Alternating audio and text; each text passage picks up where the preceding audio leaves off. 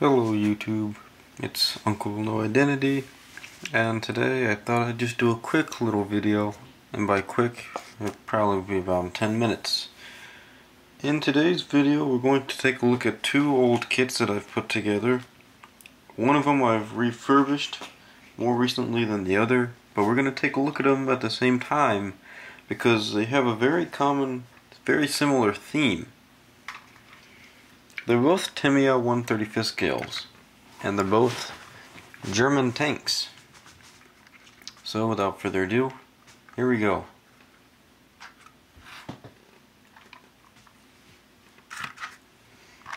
So here's a pair of German 1/35 collection. The one closest to us, as we can see, is the Tamiya Panzer II. Ausführung. This is the D through E model, I think. And we have the Panzer IV D. This one has German gray wheels on the bottom with a tan top. And this one has a green camo scheme, but if I remember correctly from the instructions manual, the green splotches aren't supposed to be there for the African variant, which is what I've depicted here. I think this one was like a Russian paint scheme with the African decals.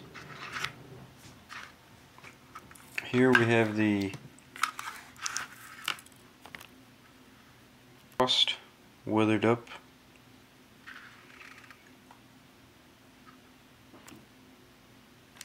So I'll bring the lights in.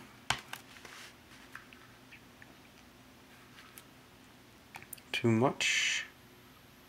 Ta-da! It's all kind of dark gray, and you can see a bit of a sheen. I think I used a charcoal pencil on this, and to give it like an oily, shiny metal effect. The exhaust pipe has broken off. Oh well. It's a really old kit in my collection. And here we have my Panzer IV. If you look, you can definitely see this is not the original paint scheme.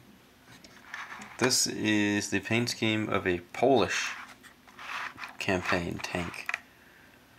Back here we have the mounts for a rail, which I have right here. It broke off, and that's okay, because this is bare plastic. And I'm going to need to repaint this anyway, so I'm going to leave it off for ease of repainting. I might have to touch up down here too, I don't know. I'll leave that gray. Doing some work on the wheels here. And the undercarriage we can see is tan. It's better on the other side of the kit. As we can see here, the entire undercarriage is attempting to be tan, painting the wheels. I got my decals laid out here, but I won't be putting them on yet until I get a better paint coat finish.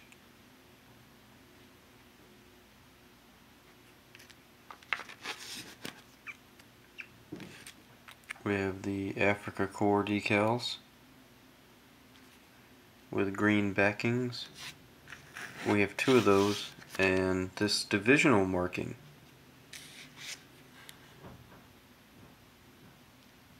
These are the decals going on this kit.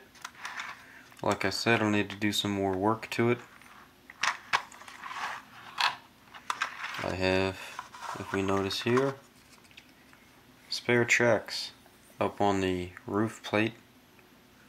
I've battened down the hatches, and I've glued the 75mm gun in place.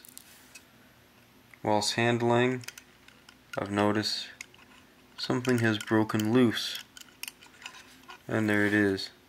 So I'll fix that later. Not too worried about it right now. The original paint scheme of this tank was German gray with brown camo markings, or brown camouflage. Now, from what I know, these extra platings here were put in from the factory and painted the same color as the vehicle. What I've done with the original kit and what I'll probably do in this iteration is I believe these are like aftermarket kitted out pieces, so they've been just bare metal, and on the first iteration I painted these up in a rusty tone. You can kind of see through the tan, the rust color. I don't know, but yeah, it's there. And I know, speaking of rust, let's go to the back. The muffler's here. The big muffler is all paint. The tiny one is paints and pigments. And I'll show you what I've done when what I've used to paint that muffler. Excuse me. Okay. So, first off, it's best to prime your models. Always gotta prime. Or wash it with soap and water. Get all the grease and contaminants off. Here I have my Revell Aquacolor Basics White Primer. And now I know what you're thinking. Use black primer. I unfortunately don't got no black primer with me, so we'll have to make do with what we got. Hang on, bear with me. Alright, sorry about that little pause. I had to clear my throat again. So after we're done with the black primer, I will come in with Vallejo Models German Gray. And I say it's very important to put primer on because let's look at this figure, for example. That is just bare green plastic boot because there was no primer applied to the figure's boot. That, or it's just the paint that I use and just keep touching it, and you keep touching it, you keep touching it, it just rubs the paint off. But that's that. So primer and then German Gray to give it that dark iron, dark steel color. It's metal. Metal should have some sheen. Chrome.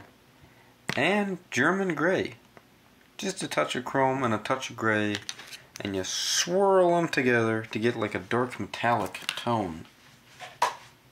I think I have some here. Yes. Right here is my German Gray and chrome mix. As we can see, chrome paint, German Gray. And you see that little sheen? That's what we're after. So we've gotten that.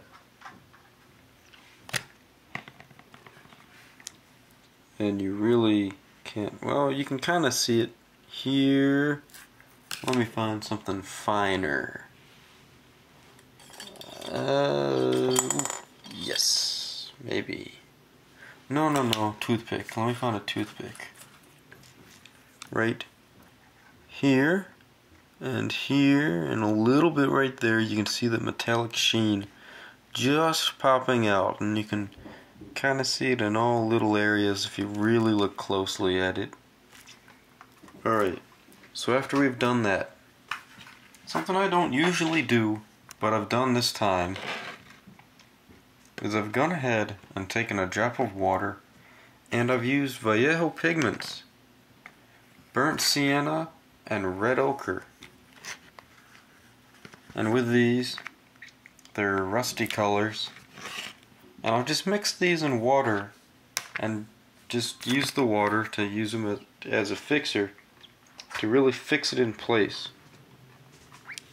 Though it's probably not as fixed as I would like, and if I started touching it, it would probably just rub off. But being that this is what it is, the little generator, and I'm putting my hands here, I don't ever touch this. So for me, it's okay to put rust pigments here. After we've completed that, and if I want to try to do another fixer, what I've also done for coloring, Flames of War. This is probably Vallejo, or it's Flames of War, I don't know. But I think it's a Vallejo brand. Yep, Vallejo Flames of War series. Cavalry Brown and Black. Cavalry Brown for me on rust is too red. See this? Too much red. I really don't like that. I prefer rust to look dark. It's gotta be a dark rust. What did I hear? Here we go. I know I got a mixture of it somewhere, and I don't.